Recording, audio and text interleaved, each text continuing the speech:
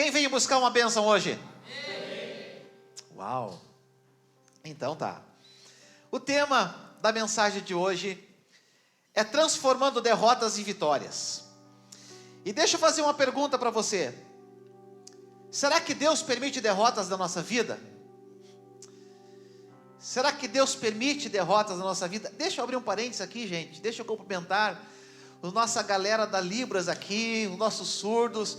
Temos surdos nos visitando hoje. Sejam bem-vindos em nome de Jesus. Que o Senhor abençoe vocês grandemente. Vamos ter que separar mais lugar, gente, para eles. Eles já estão ocupando os lugares todos aqui, né? Tivemos a estreia hoje de novas intérpretes também. Graças a Deus. É o Senhor, é a obra do Senhor crescendo a cada dia, né? Daqui a pouquinho o pastor falando em Libras com vocês, tá bom? Estamos nos preparando para isso, né? Graças a Deus. Voltando para cá então. Será que Deus permite derrotas na nossa vida? Será que Deus permite que a gente seja derrotado? Deus é amor. Deus é o nosso Senhor, Deus é o nosso guarda, Deus é o nosso protetor. Ele morreu na cruz, Jesus morreu na cruz do Calvário por nós. Ele abençoou a nossa vida, Ele derramou o seu sangue por nós. Será que dentro de tudo isso, Ele ainda permite derrotas na nossa vida? Então é uma pergunta que você pode fazer. Pergunta para quem está nesse lado. Vem cá, Deus permite derrota para nós? Você que está em casa, nós temos vários irmãos hoje em casa, gente, assistindo o culto, né? Alguns estão enfermos, outros estão viajando, né? Você que está em casa, pergunta para quem está aí perto de você: será que Deus, Ele permite derrotas no nosso meio? Abra comigo a palavra de Deus no Salmo de número 66. E eu quero, juntamente com você, andar dentro desse tema e ver um pouco da essência de Deus em cima das derrotas. Respondendo a pergunta: sim, Deus permite derrotas na nossa vida. Deus permite sim momentos de derrota. Deus permite momentos de fracasso. Deus permite momentos de desespero.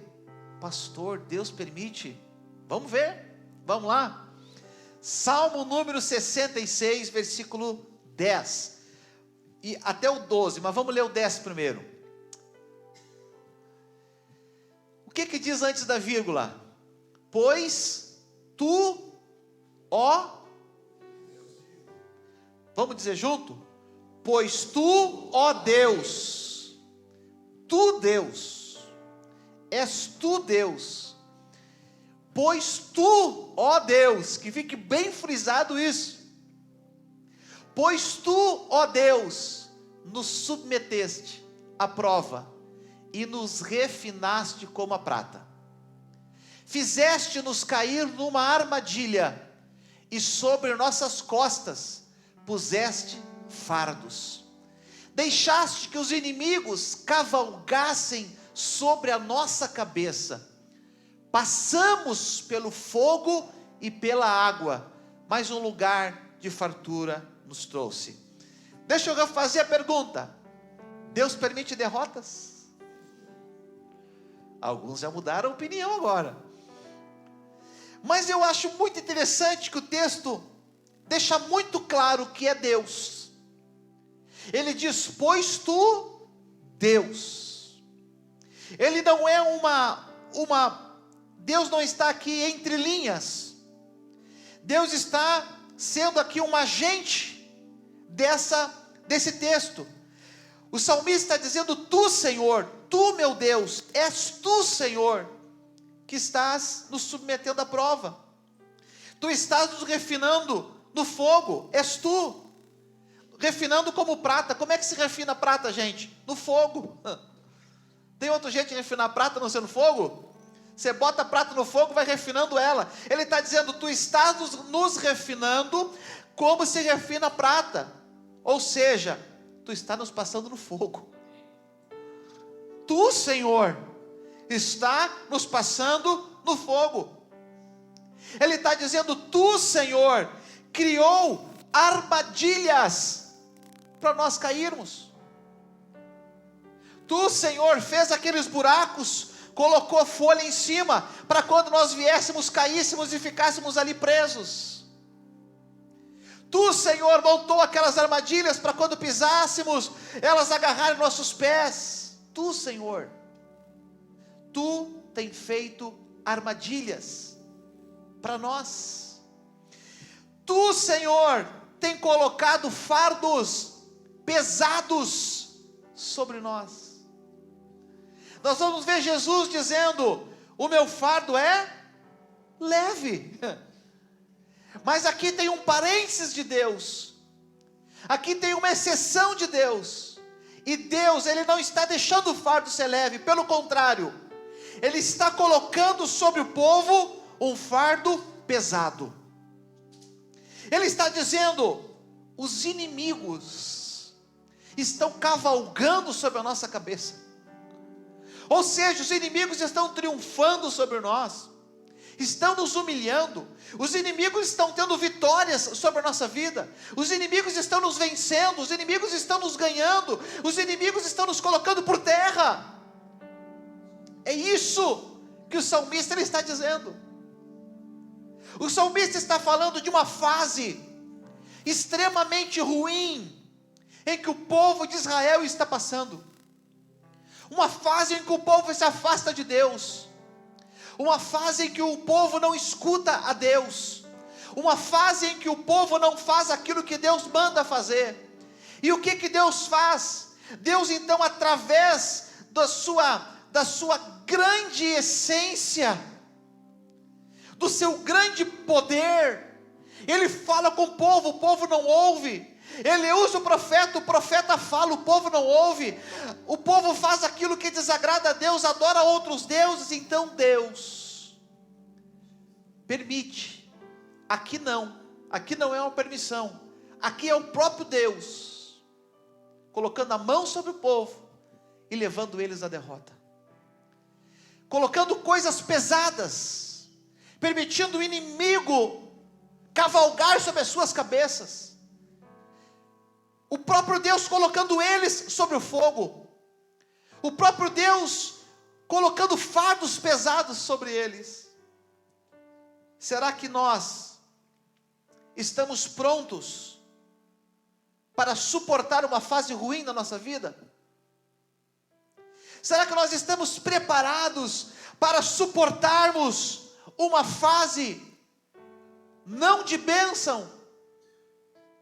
Será que estamos preparados para quando uma fase ruim vier, para quando uma provação de Deus vier?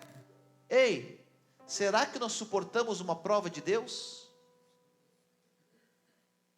Será? Será que quando a prova de Deus vem, a gente não desanima? Lá na minha região, lá na região sul, a gente diz que me caiu os boteados do bolso. Será que quando uma prova vem, não nos cai os boteados do bolso? Agora eu quero ver ela falar isso para eles.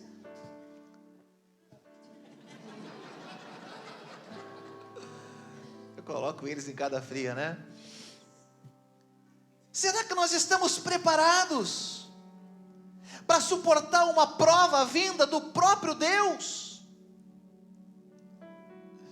Ou então, queridos, nós só estamos prontos para as bênçãos? Será que nós só estamos prontos para as bênçãos? Porque eu perguntei aqui, quem veio buscar uma bênção? Quase 80% da igreja disse amém, eu vim.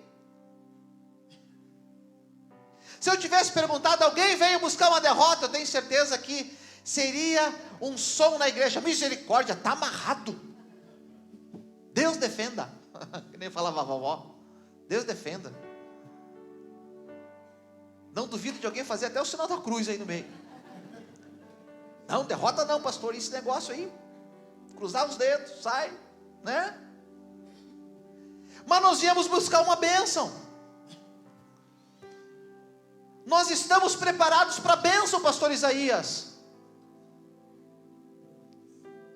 Nós estamos preparados para a bênção, Roberto. Nós estamos preparados para a bênção, pastor Paulo, pastor Paranhos. presbítero Rogério, nós estamos prontos para receber uma bênção hoje aqui. E se eu disser para você, queridos, que muitas bênçãos que deveriam vir sobre a nossa vida, muitas bênçãos que deveriam ter chegado sobre nós, muitas bênçãos que nós já poderíamos estar desfrutando, nós ainda não a temos, nós ainda não a recebemos, nós ainda não desfrutamos. Sabe por quê? Porque não estamos preparados para elas. Tem bênçãos que, se Deus der para nós, nós nos afastamos dele. Tem pessoas que Deus deu carro, nunca mais vieram na igreja. Quando andavam de ônibus ou de carona, não faltavam um culto. Deus deu um carro, não vem mais nenhum culto. Será que Deus vai ter que tirar o carro? Tem coisas que, se Deus fizer por nós, e nós não estivermos preparados para essa bênção, vai nos afastar de Deus. Tem bênção financeira sobre a nossa vida, que já deveria estar na nossa mão, mas nós somos mesquinhos, nós fechamos a mão para Deus, nós não temos fé o suficiente para cumprir a palavra de Deus, que diz que eu preciso trazer à casa do Senhor meu dízimo e minha oferta. Eu não tenho fé para ser dizimista e ofertante, então eu ainda não estou pronto para receber uma bênção financeira. Porque se Deus der uma bênção financeira, eu vou fazer qualquer outra coisa, menos ser grato a Deus. Tem bênçãos que já era para estar na nossa mão, há muito tempo, mas Deus olha para nós e diz assim: vocês não estão prontos ainda, porque se vierem essas bênçãos para vocês, vocês não vão saber suportá-las, porque nós sempre estamos esperando isso, nós estamos esperando a bênção, estamos esperando algo que possa somar, algo que possa nos fazer melhorar, algo que possa nos fazer crescer, e às vezes nós não conseguimos entender o que Deus está nos ensinando, o que Deus está falando e aonde Deus está querendo nos levar. E talvez uma das únicas formas e maneiras que o Senhor encontra, porque Ele olha para nós e Ele tenta de todas as formas trabalhar com a gente.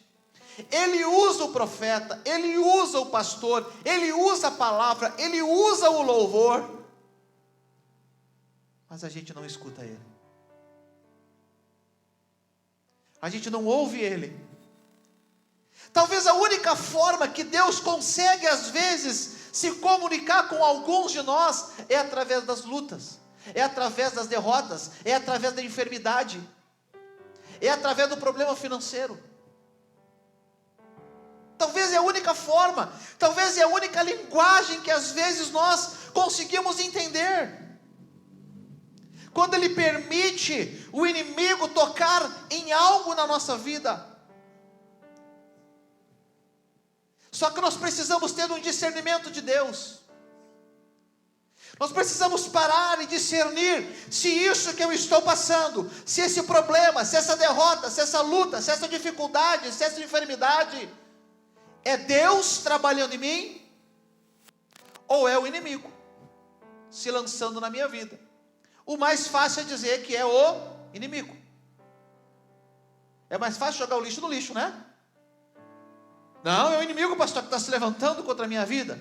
Será que não é Deus querendo falar com você e você não está conseguindo entender? Será que não é Deus trabalhando em você?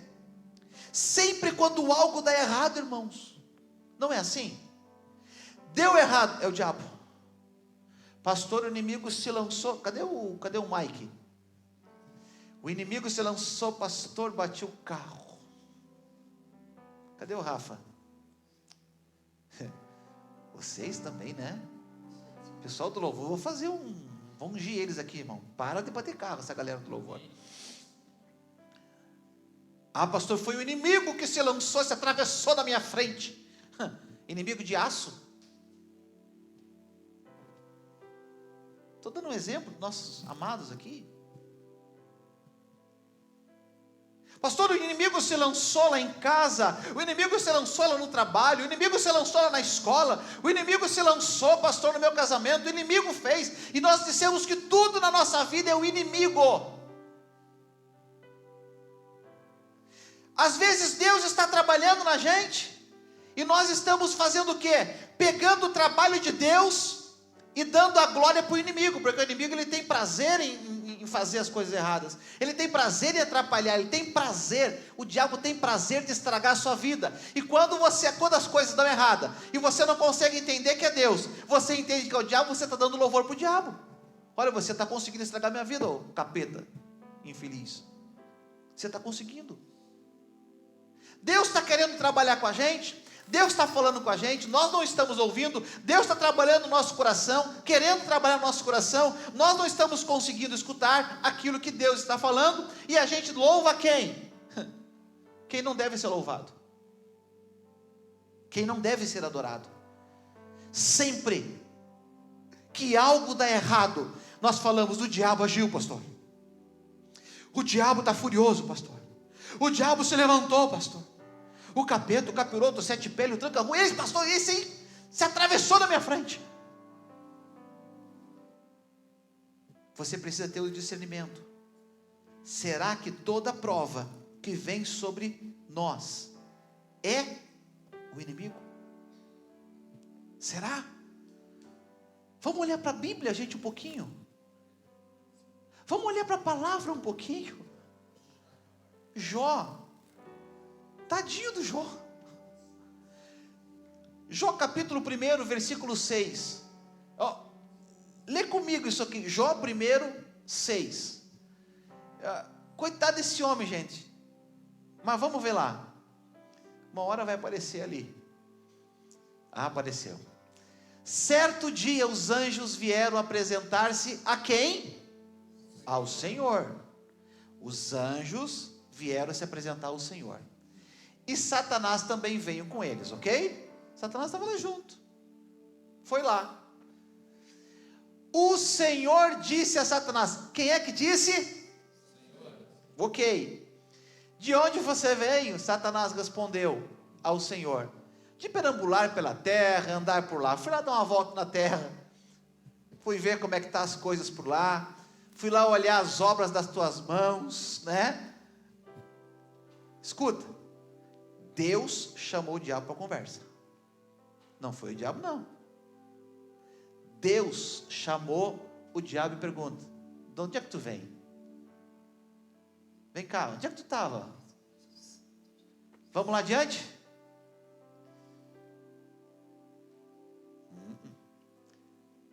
Disse então o Senhor a Satanás: reparou em meu servo Jó? Não há ninguém na terra como ele, irrepreensível, íntegro, homem que teme a Deus e evita o mal. Deixa eu fazer uma pergunta. Satanás falou em Jó? Não. Quem é que tocou no nome de Jó? Deus.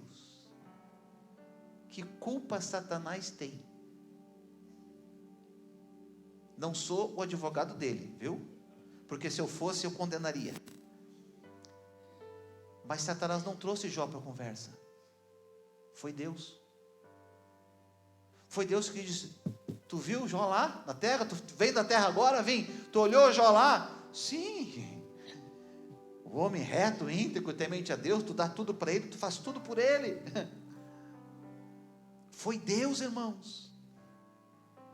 Foi Deus que chamou Jó para a conversa. Foi Deus que disse para Satanás: pode, tudo que ele tem é teu. Tudo que ele tem, tu pode tocar. Tudo que ele tem, tu pode tomar. Tu só não pode tirar a vida dele. Foi Deus. O contexto disso tudo, eu já preguei aqui várias vezes sobre Jó. O porquê que isso aconteceu com ele. Mas não é isso que eu quero falar. Eu quero que você olhe para o texto e você identifique que Jó estava tranquilo na dele. Satanás estava tranquilo na dele, andando, perambulando pela terra. Mas Deus chama Satanás e diz para ele: ei, tem Jó. Viu Jó lá? Nós temos um outro homem, o qual Deus provou a fé de uma forma tremenda, que foi Abraão. O Senhor chama Abraão em Gênesis capítulo 22, versículo 1, e Deus chama Abraão e diz assim, Gênesis 22, 1, passado algum tempo, o texto fala, Deus pôs Abraão à prova. Deus, irmãos, não foi o inimigo. Deus pôs Abraão à prova. E o que Deus disse para ele? Sacrifica o teu filho. E olha só, gente, ele diz assim, ó, então disse Deus, tome seu filho, seu único filho Isaque, a quem você ama. Deus traz 3 informações: o seu filho, o seu único filho e aquele que tu ama. Deus pegou pesado, né? Teu único filho é aquele que tu ama muito, sacrifica ele para mim. E Abraão foi, não foi o inimigo, foi Deus que fez isso. Nós precisamos entender uma coisa, que toda provação da nossa vida contém a boa mão de Deus de alguma forma, ou Deus nos provando, ou Deus permitindo sermos provados, mas toda provação tem a boa mão de Deus, amém? Toda provação, ela tem a mão de Deus, de uma forma ou de outra, agindo sobre a nossa vida. E por que, pastor, que Deus permite essas coisas? Por diversas razões. Deus permite isso para que a gente possa ser mais abençoado. Deus permite isso para que nós possamos crescer espiritualmente. Deus permite isso para que coisas novas possam vir sobre a nossa vida. Deus permite isso para nos fazer parar. Porque às vezes nós estamos numa velocidade tão grande que não temos tempo para Deus. Através das provações é que nós conhecemos mais a Deus, porque toda provação nos aproxima de Deus, irmãos, toda. Quem é provado e não se aproxima de Deus? Quem passa por um problema e não corre para Deus? Sabe, na época da pandemia, nós tivemos 230 pessoas na igreja nos visitando. A época que nós podíamos ter culto com 30 pessoas, 20 pessoas, 10 pessoas.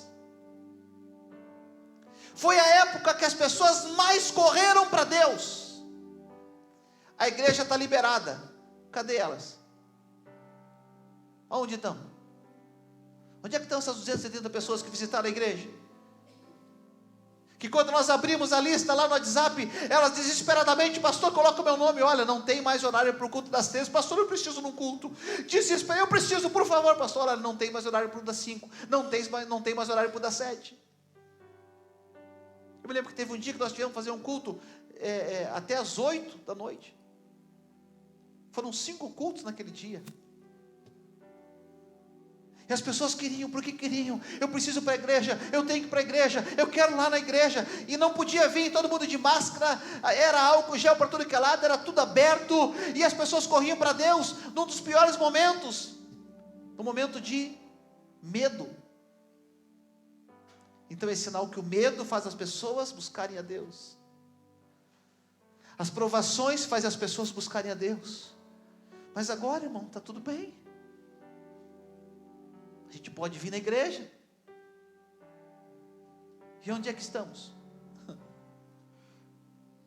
Muitos que estavam na igreja, apavorados, desesperados, agora estão no boteco, tomando uma cerveja, estão em casa tomando um vinho na frente da lareira. Mas quando a coisa aperta, eles correm para Deus.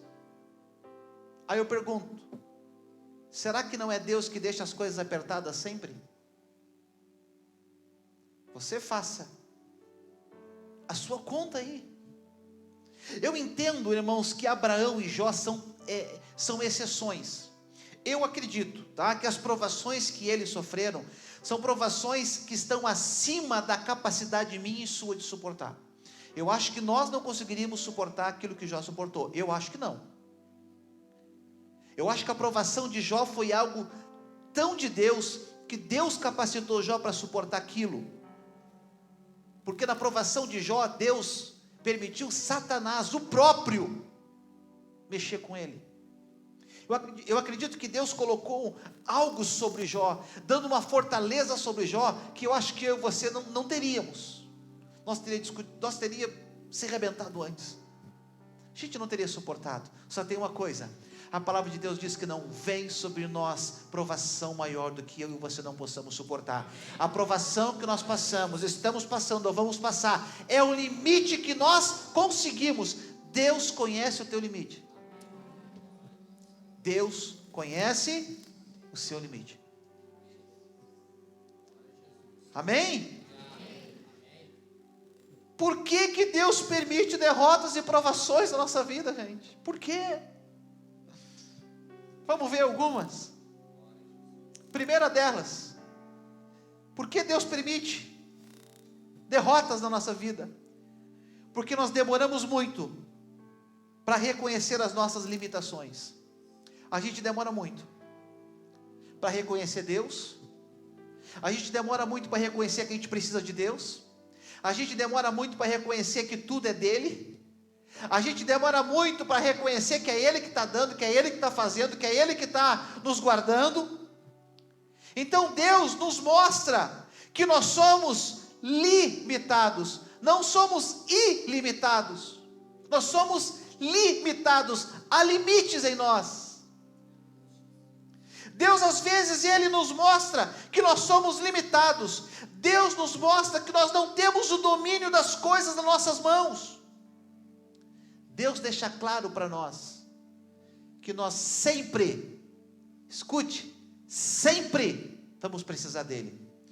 Deus, Ele faz questão de dizer para nós: vocês sempre vão depender de mim.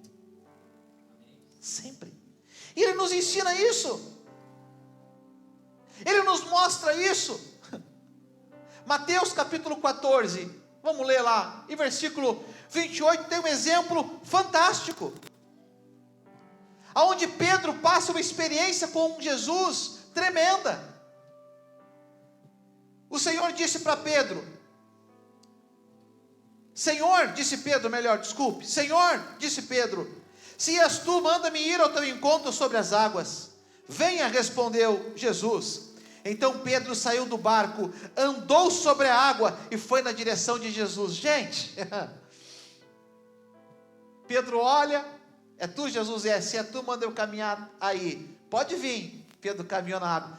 Você consegue imaginar Pedro junto com os discípulos, com a galera deles, né? Imagina 12 andando junto, 3 anos e meio. Irmão, não tem ninguém que anda junto mais de um ano que não dá uma encrenca de vez em quando. Eu não é. A gente trabalha junto com pessoas, né? 2, 3 também encrenca. Quando não é, todos os dias. 12 anos juntos. 12 discípulos juntos, perdão. Eu imagino Pedro. Eu andei sobre as águas. João não. Lucas não. Mateus não. Bartolomeu também não. Você está entendendo? Consegue entender? Pedro, olha, eu andei. Pedro fala, deixa eu andar. Aí Pedro vai, ei, Jesus andou e eu também. Minha vitória tem sabor de mel. Jesus andou e eu também. Né? Consegue imaginar isso? Às vezes Deus faz isso com a gente. Sabe por quê? Quer dizer, perdão, às vezes nós fizemos isso. Eu recebi uma bênção. O Josi não, mas eu recebi. Deus olhou para mim, Deus me abençoou. O Rafa ainda não, talvez o Rafa não seja tão crente como eu, né? Você está entendendo o que eu estou querendo te falar nessa noite? Talvez eu tenha orado mais, talvez eu não peco tanto, né? Por isso que eu andei sobre as águas. Aí Pedro está lá, andando na direção de Jesus, só que Jesus já sabia, Jesus já conhece Pedro. Aí Pedro está indo, daqui a pouquinho, Pedro, puf, toma um golão d'água. E aí o texto fala, Pedro, pescador, acostumado na água, acostumado em tempestade, acostumado a nadar, irmão. Se tem uma coisa que pescador faz bem é nadar. Os homens são bons de braço. Eu venho da cidade de pescadores, eu sei disso. Os homens nadam muito. Mas Pedro começa a afundar e grita: Senhor, me salva. Ele não conseguiu nadar, ele não conseguia. A tempestade era tanto, o vento era tanto, que ele não conseguiu dar conta sozinho. Eu acho que Jesus está lá pensando assim: deixa eu tomar um caldinho. Deixa para tu ver que não é bem assim. Não é do teu jeito não, Pedro. Quebra esse orgulho, meu querido. Pede socorro. Pede ajuda, Pedro. Até que Pedro grita: salva-me, Senhor. O Senhor estende a mão para Pedro. Pega Pedro pela mão, levanta ele e entra no barco. Jesus está dizendo assim: Pedro, tu pode ter toda a experiência que tu imagina ter, tu pode ser o melhor pescador desse grupo aqui, tu pode ser o cara que tu olha para o mar e tu diz: lá vem um cardume de peixe. Só tem uma coisa: sem mim tu não consegue nada. Sabe que Deus faz isso com a gente? Ele deixa a gente afundar. Ele dá um gostinho, né? A gente dá uma caminhadinha em cima da água, mas a gente afunda, e ele fica lá, grita, chama, essa é a hora que tem que me chamar. E a gente grita por Jesus, ele estende a mão. Jesus nunca deixa de estender a mão para a gente, nunca. Ele estende a mão. Talvez, queridos, essa derrota, talvez essa prova, não seja perseguidores, não. Talvez essa derrota não seja obra de macumbaria, de feitiçaria, não. Talvez essa derrota, o diabo não tenha culpa não, embora ele é um capeta sujo, culpado de quase tudo, mas talvez não está sendo ele o problema não. Talvez é Deus falando contigo. Talvez é Deus te provando. Talvez é Deus te experimentando. Talvez é Deus dizendo para ti: ei, não esquece de onde eu te tirei, não te esquece de onde eu te resgatei, não te esquece que eu sou Deus na tua vida, não te esquece que eu sou o teu Deus, não te esquece disso. Tem situações na nossa vida que eu vejo Deus dizendo assim: ei, volta para o primeiro amor, volta para o primeiro amor, volta para o primeiro amor, volta para o primeiro amor. Eu vejo Jesus às vezes dizendo: volta. Eu quero voltar ao primeiro amor, ao primeiro amor. Eu quero voltar a Deus. Às vezes é só isso que Jesus quer ouvir da gente. Eu quero voltar ao primeiro amor, ao primeiro amor. Eu quero voltar a Deus. Como é que é o início? Quero voltar ao início de tudo, encontrar-me contigo, Senhor. Ai, será que a gente quer mesmo? Será que nós queremos nos encontrar com Ele mesmo? Será que é isso que a gente quer mesmo? Mas Ele está fazendo de tudo para que isso seja verdade. Quero voltar ao início. Quero ver as primeiras obras, Senhor. Eu quero reconstruir de novo a minha vida. É isso que Ele está esperando da gente. É isso que Ele está esperando ouvir de cada um de nós. É isso. Será que não é Deus falando com a gente, dizendo: volta ao primeiro amor, à essência? Irmãos, é difícil reconhecer limitações, eu sei. É difícil dizer assim, erramos. É difícil a gente dizer, somos fracos. É difícil dizer, olha, perdi o controle. Eu não sei mais o que fazer.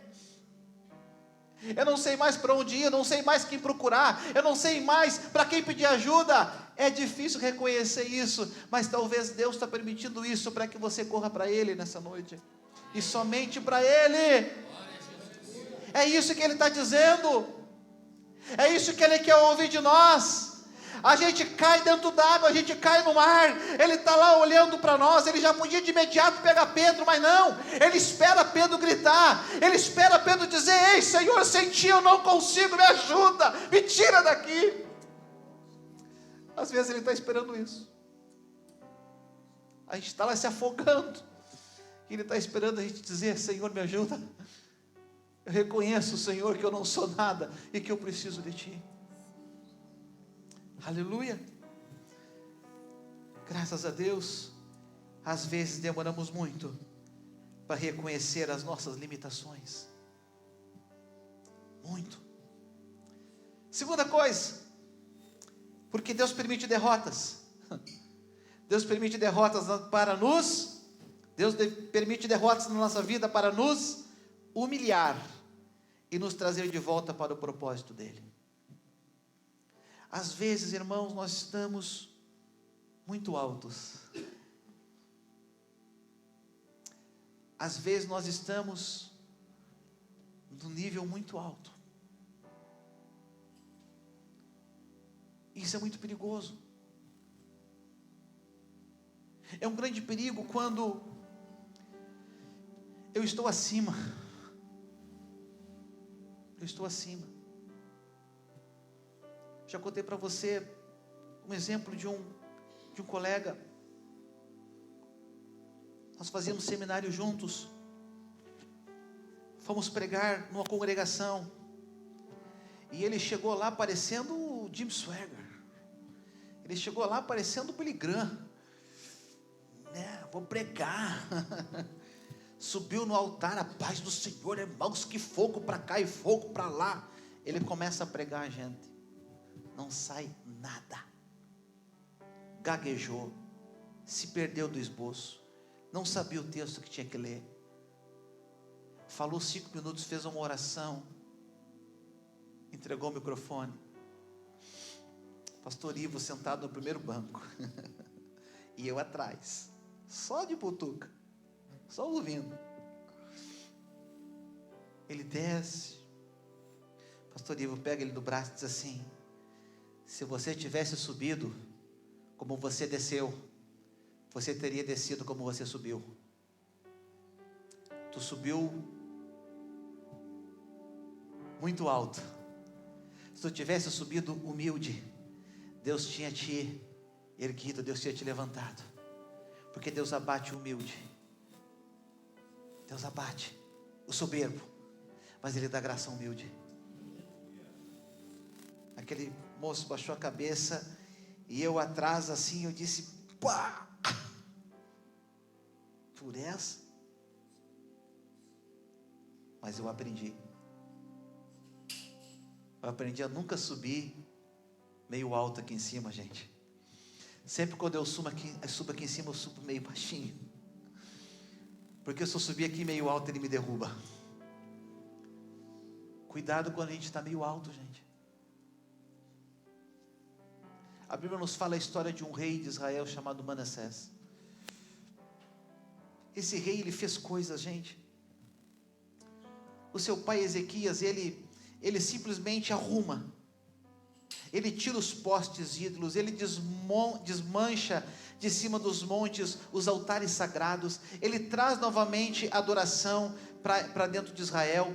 O que Manassés tinha que fazer era só dar continuidade no trabalho do pai dele. Mas quando Manassés assume o seu trono, bem novo, se eu não me engano 18 anos, né? Eu acho que ele tinha quando assumiu o trono, ele era bem novo.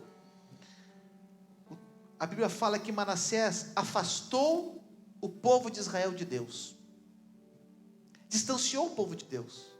A Bíblia fala que Manassés, ele tinha um orgulho tão grande, que ele começou a oferecer sacrifício a outros deuses, dentro do território de Israel.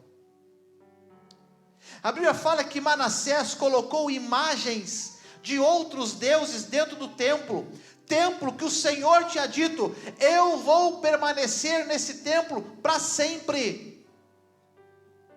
Deus tinha dito: esse lugar é meu para sempre, eu vou estar aqui para sempre. Manassés pega deuses idólatras e coloca dentro do templo, onde Deus disse que era dele. Olha o que esse cara faz. Manassés, ele reconstrói de novo todos os altares que o pai dele, Ezequias, tinha destruído. Ele vai nos montes, ele constrói os altares de adoração aos ídolos de novo. Sabe esse negócio que às vezes o filho tem, que o pai é meio doido, é meio biruta, é meio gagá, meio velho, que não sabe de nada? O pai desmanchou os altares, que isso, o pai, né?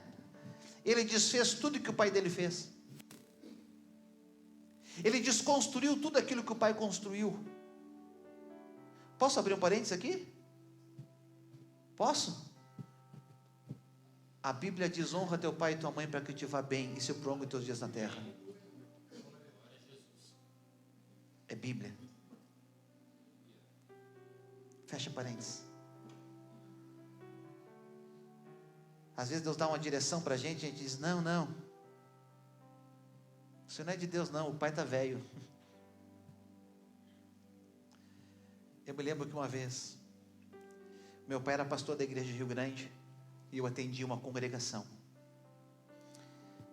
e ele era o meu pai, mas ele era meu pastor, ele era meu líder, eu era um dirigente de congregação, ele era o pastor da igreja. E aí um dia, ele foi na congregação, não se parecia assim, nada, né? E nós tínhamos uma regra: pastor chega, na hora, passa a direção do culto para ele, ele é o pastor da igreja. Se o pastor João Manuel ou o pastor Roberto entrar pelaquela porta agora, eu paro a mensagem e passo a direção do culto para eles. Presidente da nossa convenção, autoridade sobre mim, mas é na hora. E o meu pai chegou, e eu tinha preparado uma palavra, eu estava afiadinho, e o pai chegou, sentou no banquinho dele, bem tranquilo, louvamos e tudo mais. O bobo aqui, né? Eu não vou chamar o pai, eu estou com uma palavra aqui, ó, afiadinha, nem de gravata ele veio. Quando ele ia pregar, ele ia de gravata, né? Meu irmão, comecei a pregar. Foi um desastre. Um desastre. Eu olhava para os irmãos, eu via os irmãos assim, dizendo aqui: olha, meu Deus, não acaba esse negócio nunca. E meu pai ali, quietinho. Aí eu disse assim: não era para mim pregar hoje. Aí terminou a mensagem, disse assim: queria chamar o pastor da igreja, pastor Ovacir, para vir aqui orar por nós. Aí ele sobe, irmãos, bem humildezinho dele: paz do Senhor, igreja. Ele abre a boca e começa a orar, o poder de Deus desce naquele lugar. E eu estou lá no banco, eu me jogo no chão, e eu disse: Senhor, me perdoa. E Deus disse para mim: tu entende agora? Naquele dia eu aprendi que existem autoridades sobre as nossas vidas. Eu tenho autoridade sobre mim,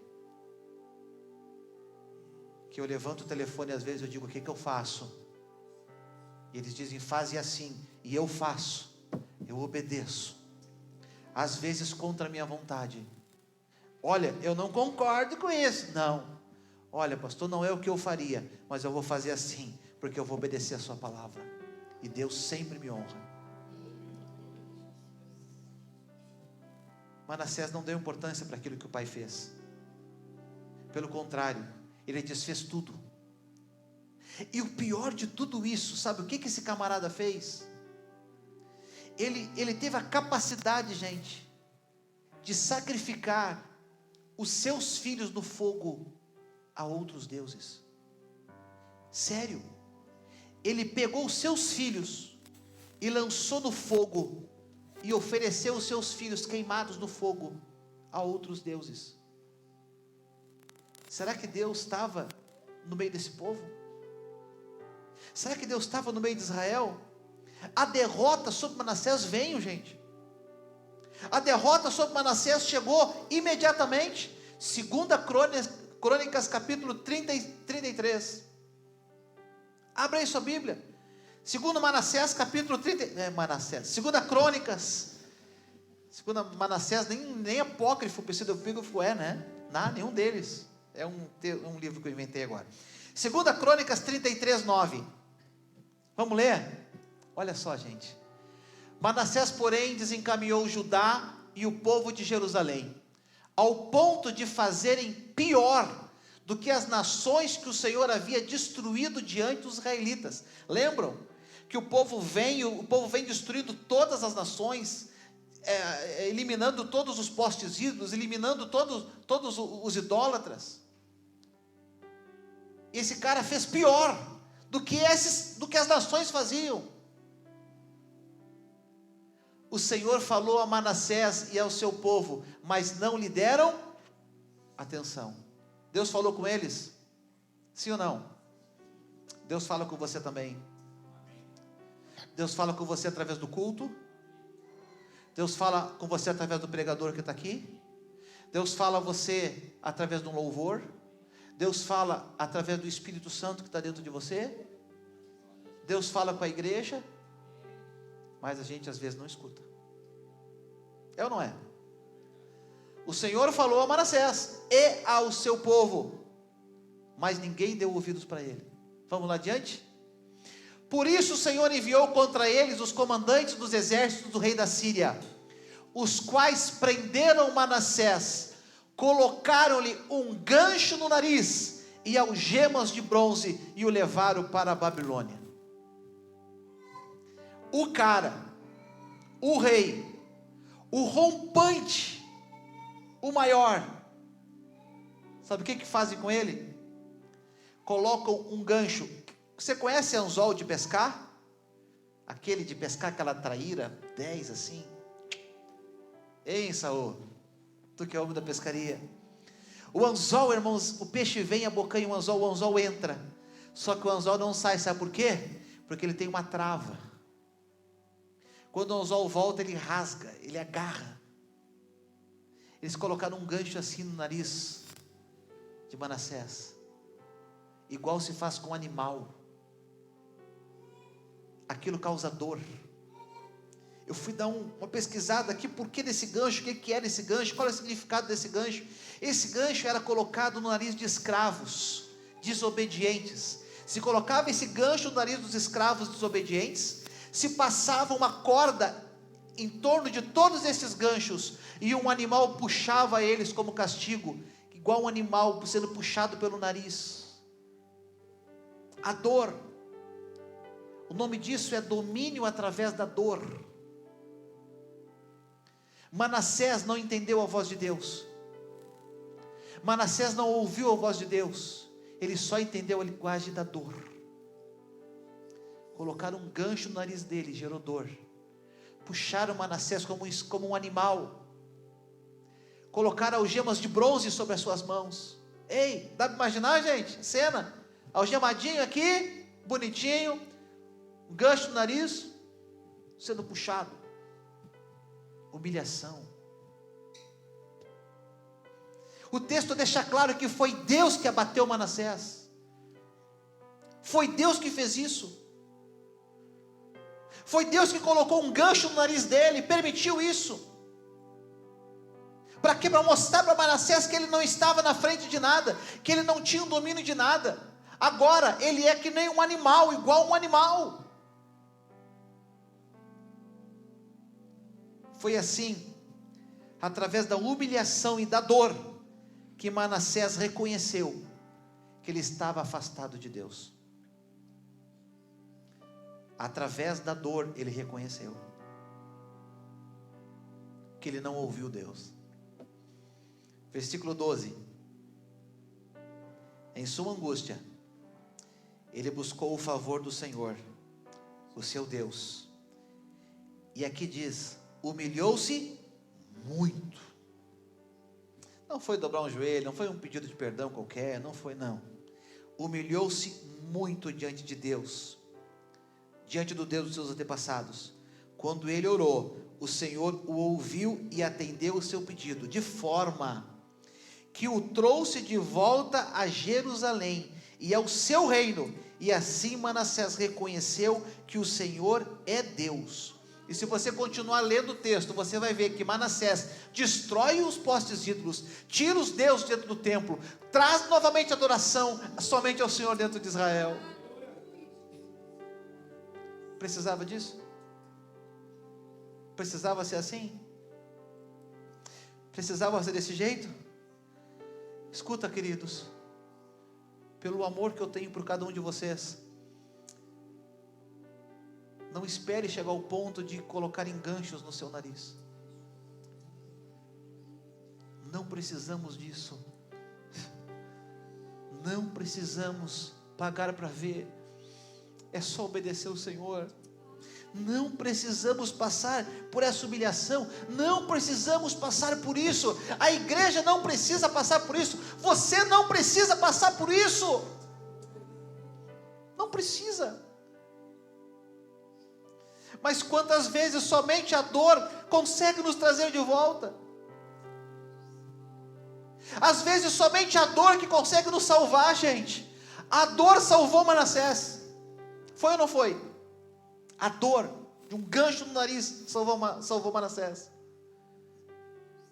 Quantas pessoas vêm para a igreja porque o casamento está destruído, sofrem a dor da destruição de um casamento, vêm para a igreja, é a forma às vezes que Deus encontra de salvar aquela família.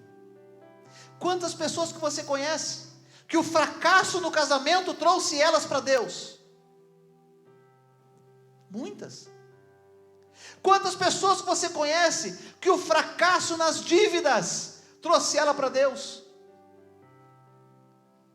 Endividado, devendo para todo mundo, não tem crédito para nada, não consegue crédito para comprar um tênis na loja, nem o tio do mercadinho da esquina vende do caderno para ele mais. Não tem crédito, não consegue nada, está endividado até o último fio de cabelo. E ele vem buscar socorro no Senhor. Ele vem para a igreja e ele faz propósito. A primeira coisa que uma pessoa endividada faz na igreja é propósito. Senhor, se tu fizer. Eu acho engraçado isso, que sempre Deus tem que dar o primeiro passo. Quando se trata de bênção, é sempre Deus que dá o primeiro passo. Vocês já viram isso? Nunca nós. Senhor, se tu me der um emprego, eu vou dar o primeiro salário para ti, Senhor. Deus quer o teu primeiro salário. Deus está interessado no teu salário. Ele é dono do ouro, Ele é dono da prata. Deus não está interessado no teu salário. Deus está interessado na tua fidelidade, na tua obediência a Ele. Ele não está nem aí para o teu salário, gente. Não, mas se Deus fizer, eu fiz um propósito, pastor, se Deus fizer, eu vou dar 10 cestas básicas. Deus quer a tua cesta básica. Ele precisa da tua cesta básica. Ele quer a tua fidelidade. É isso que Ele quer. Que você seja fiel a Ele, que você não ande numa vida de pecados, que você seja um crente fiel, um crente lavado, redimido no sangue do Cordeiro, que você seja um crente mesmo. É isso que Ele quer de você. Ele não quer o teu dinheiro, Ele não quer as tuas coisas, Ele não quer os teus bens, Ele quer você. É isso que Ele quer. Mas às vezes as dívidas é a única forma dEle me trazer para a igreja. É a única maneira. E como eu falei, às vezes a gente não está preparado, porque Ele dá uma bênção financeira para a gente some, ninguém mais ouve falar o nosso nome. Não cumprimos um propósito, não abençoamos ninguém, não fizemos nada. Veio aqui, recebeu a bênção e foi embora. E Deus fica olhando, é como os 10 lá que leprosos, né? Foi lá, somente um voltou. Um samaritano, 9 judeus não voltaram para agradecer a cura, mas um samaritano não voltou. Às vezes é assim. Quantas pessoas que somente a dor no meio da família traz elas para dentro da igreja. A dor com o filho, a dor com uma filha, a dor com um pai, a dor com a mãe, um problema familiar. Às vezes esse é o único caminho que a pessoa consegue chegar até Deus. Quantas pessoas chegam a Deus por causa de uma doença?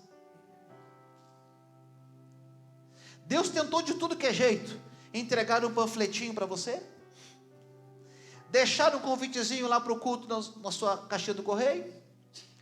Um amigo seu disse, vamos na igreja. Um parente seu disse, olha, vai ter um culto lá especial, vamos. E você, culto? Eu vou tomar minha cervejinha em casa, olhar o Faustão, hoje não é mais Faustão, né? Mas vou olhar lá o programa, lá o Fantástico, os gols do Fantástico. Vou lá olhar os golaços do Grêmio, vou fazer isso aí. Para a igreja, ficar sentado lá com um frio desse. Era aquele pastor falar lá um monte de coisa. Eu não. Aí Deus toca na saúde. Ele procura o melhor médico. O médico diz, olha, não tem mais o que fazer.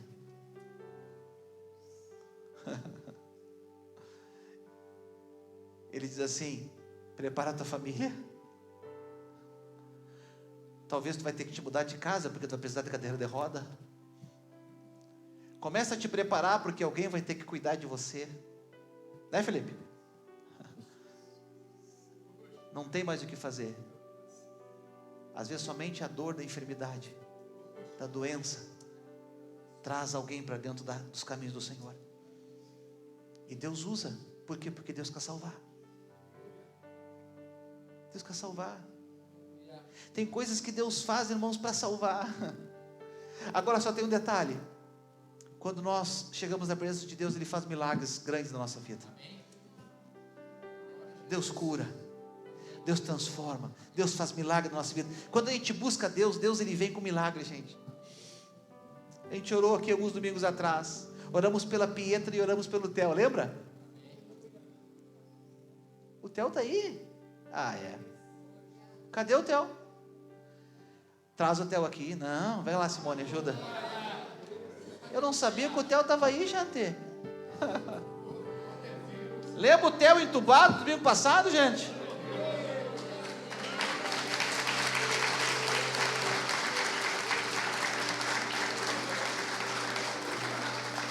Que bênção. Seja bem-vindo ao nosso meio, Theo. Essa igreja já te ama. Abriu até os olhos para mim, gente. Jaqueline, Deus te abençoe. Oramos bastante pelo Theo, viu? Que bênção, gente. Olha só, coisa linda. Obrigado, nem sabia que você estava aí. Vamos apresentar ele, porque o dia que a gente marcou para apresentar ele, não deu. Ele estava entubado domingo passado. Olha aqui.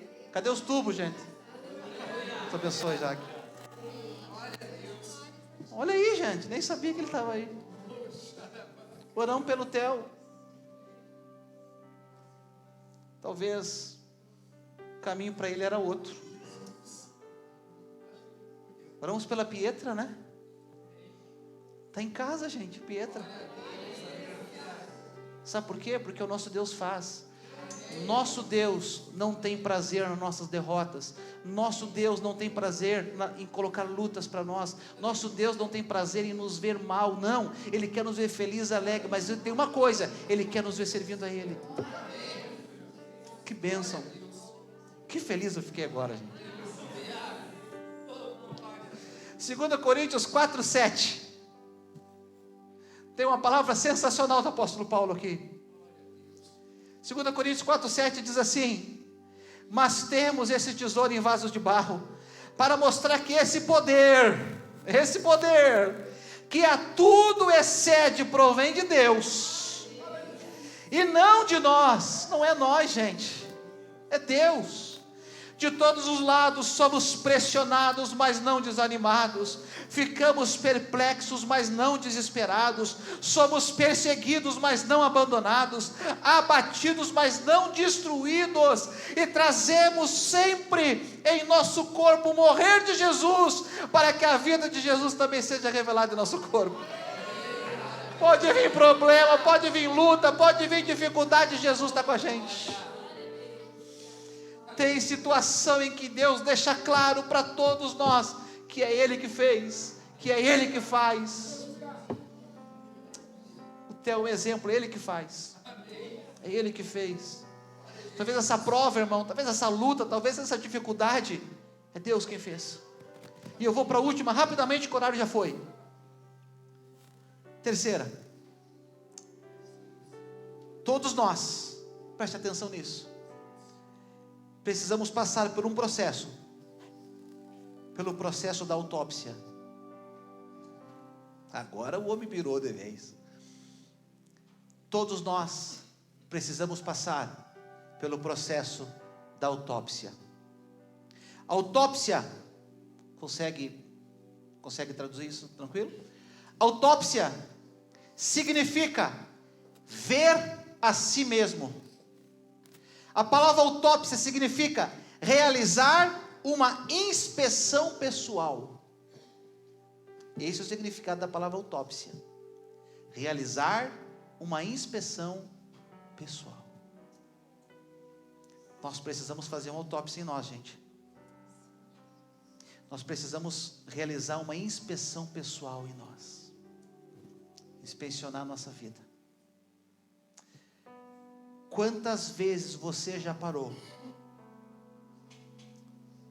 para analisar o motivo pelo qual você sofreu uma derrota? Quantas vezes você parou para analisar o porquê dessa prova? Tem que fazer uma autópsia. Tem que fazer uma inspeção pessoal. Tem que parar tudo. Por que, Senhor, que eu estou passando por isso? Por que, Senhor, que eu estou vivendo isso? A autópsia, ela se tornou uma aliada na medicina, porque através da autópsia conseguiu-se descobrir o motivo da morte das pessoas. E com isso, conseguiu também se criar mecanismos. A medicina avança e conseguiu se criar algumas coisas para quê? Para impedir a morte através da autópsia. Por que morreu? Por causa disso. Antes morria, não sabia do que era. Olha, morreu por causa disso, morreu por causa de uma infecção, morreu por causa de uma enfermidade. Bom, agora se cria o quê? Mecanismos para evitar que mais alguém morra por causa daquela situação. Faça uma autópsia. Sabe para quê? Para impedir que volte a acontecer com você aquilo que já aconteceu lá atrás. Aprenda.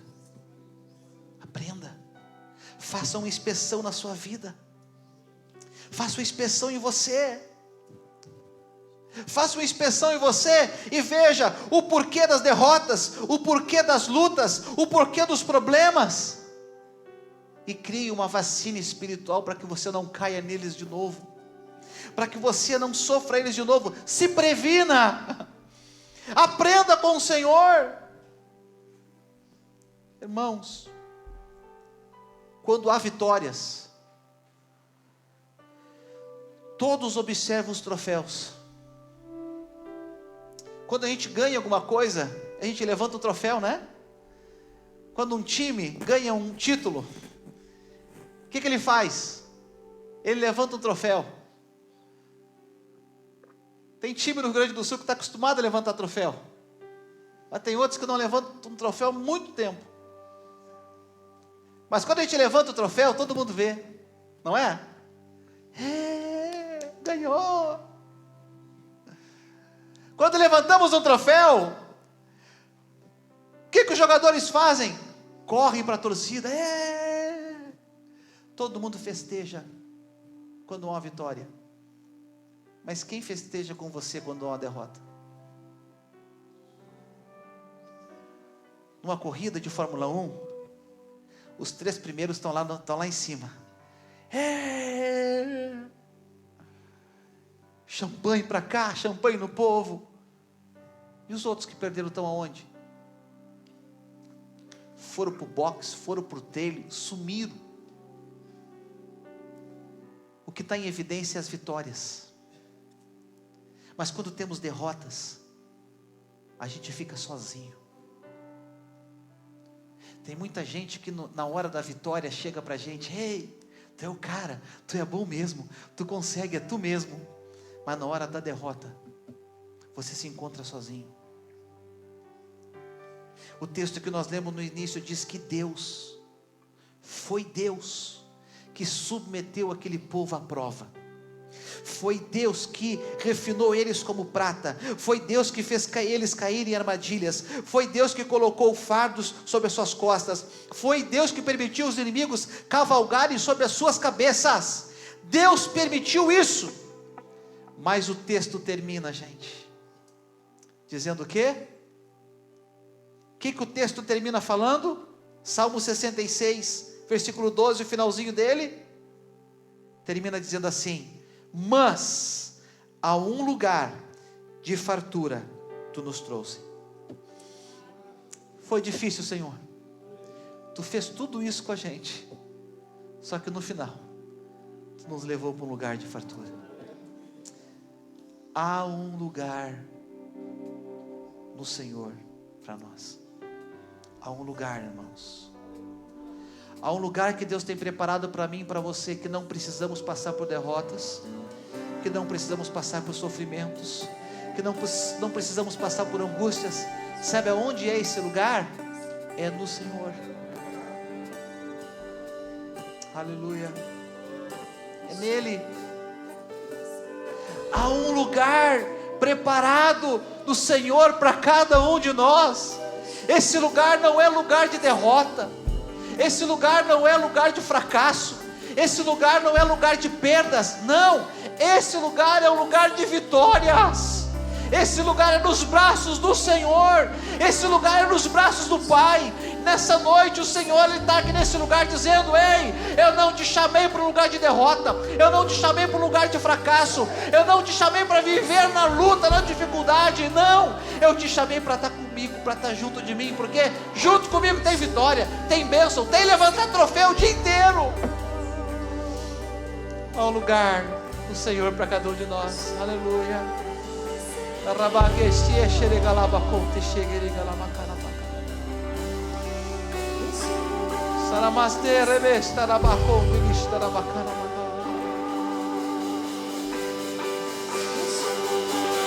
Nessa noite há um lugar preparado aqui para cada um de nós. Nessa noite há um lugar que transforma as derrotas em bênção. Há um lugar que transforma os problemas em vitória nessa noite.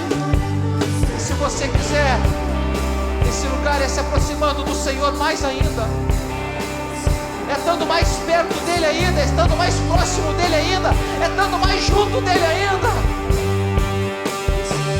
Esse lugar é do Senhor. Aleluia.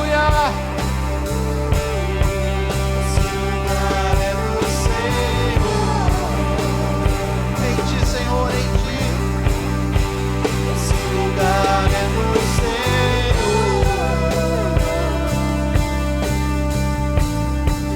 esse lugar é do Senhor. Queria que você ficasse em pé um pouquinho.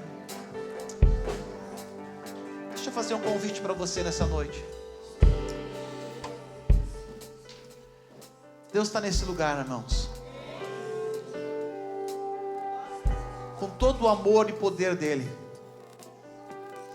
com toda a graça dele, com toda a compaixão dele, com toda a misericórdia dele.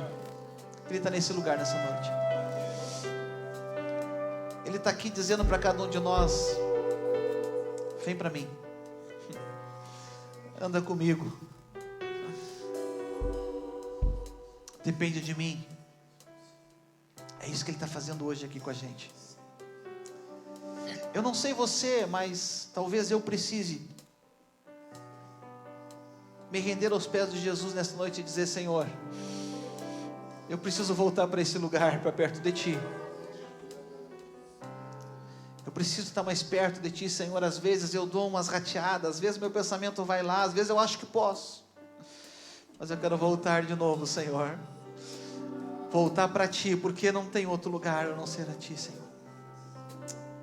Talvez você tenha andado, queridos, por lugares distantes, fazendo o que você achou que devia fazer, andando da forma que você achou que devia andar. Talvez você até use o nome do Senhor dizendo: Deus está comigo.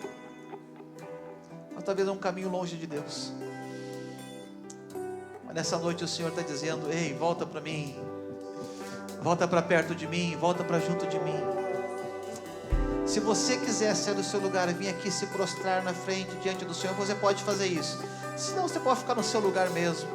Mas se você quiser, você pode vir para cá, te prostrar diante do Senhor. Tem um detalhe: eu não quero que seja colocado uma argola no meu nariz para eu entender.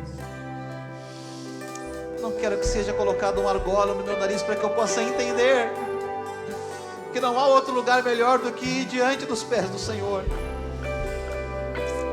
Faça isso, vá orando, vá colocando a sua vida diante do Senhor, vá colocando a sua vida diante do Senhor, vá colocando a sua vida diante do Senhor.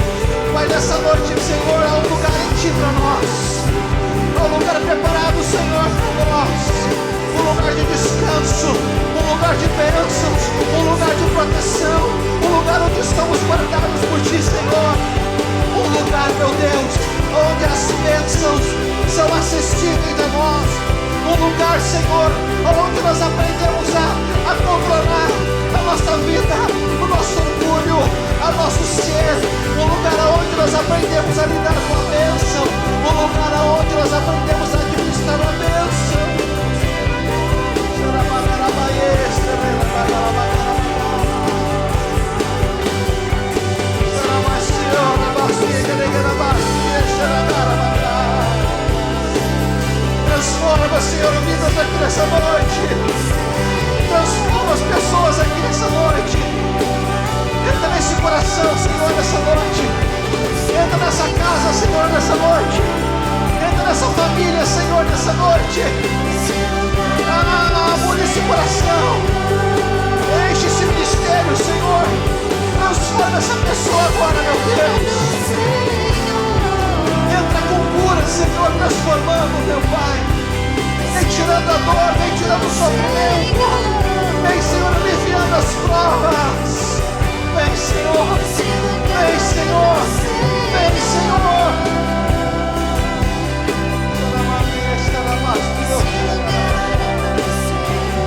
Tu és tudo que eu preciso, Jesus.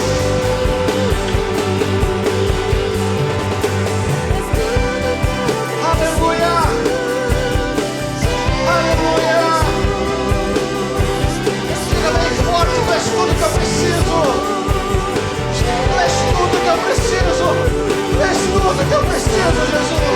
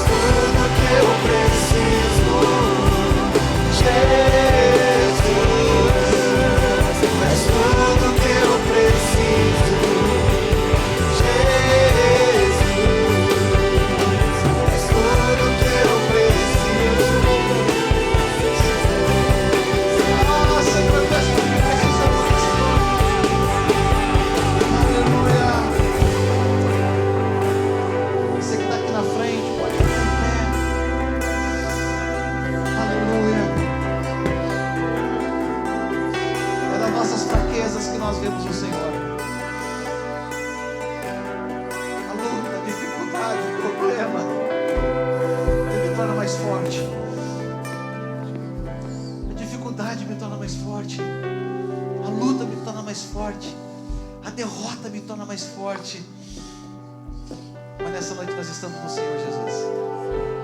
Você vai sair daqui hoje fortalecido pelo Senhor Jesus. Você vai sair daqui hoje fortalecido pelo Senhor. O teu lugar é no Senhor. O teu lugar não é um lugar de derrota, não é lugar de sofrimento, não é lugar de problema, não é lugar de angústia, não é lugar de aflição. O teu lugar é no Senhor. O nosso lugar é no Senhor. O meu lugar é no Senhor. Aleluia. Aleluia. Forte para o seu lugar, cantando bem forte. É no Senhor. É em Ti, Jesus. É em Ti, Jesus. É em Ti, Jesus. É em Ti, Senhor. Esse lugar é no Senhor. Esse lugar é no Senhor. Tu és tudo que eu preciso. Vamos lá, aleluia. És tudo que eu preciso. Fale isso pra Ele. És tudo que eu preciso. Jesus. És tudo que eu preciso. Jesus. És tudo que eu preciso. Diga mais uma vez.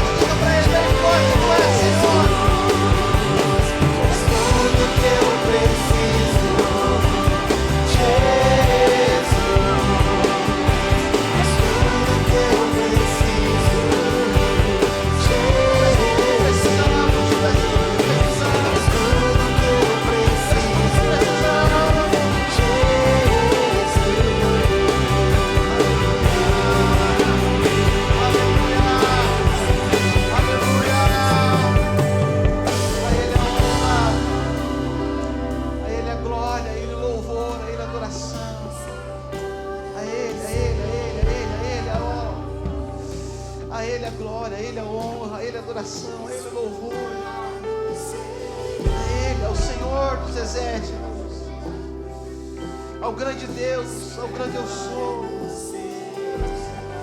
Aleluia. Que o Senhor nos abençoe nessa noite, queridos.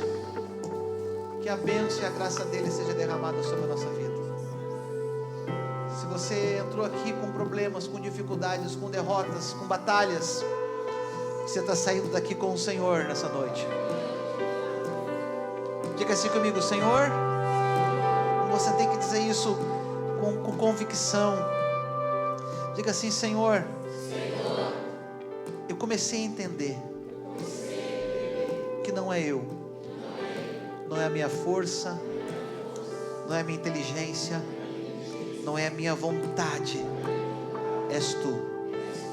Diga assim: Senhor, se tem bênçãos para mim, mas eu ainda não estou preparado para receber, hoje, agora, eu estou começando a me preparar, Senhor.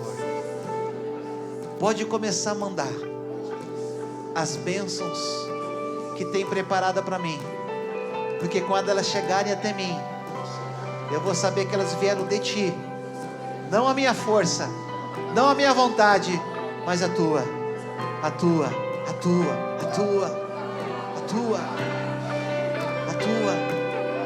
Esteja preparado para as bênçãos do Senhor essa semana, viu? Vai vir bênção sobre a sua vida, amém? Eu perguntei no início do culto: quem é que veio buscar uma bênção? Certo? Você veio buscar uma bênção, então você está saindo daqui com essa bênção, amém?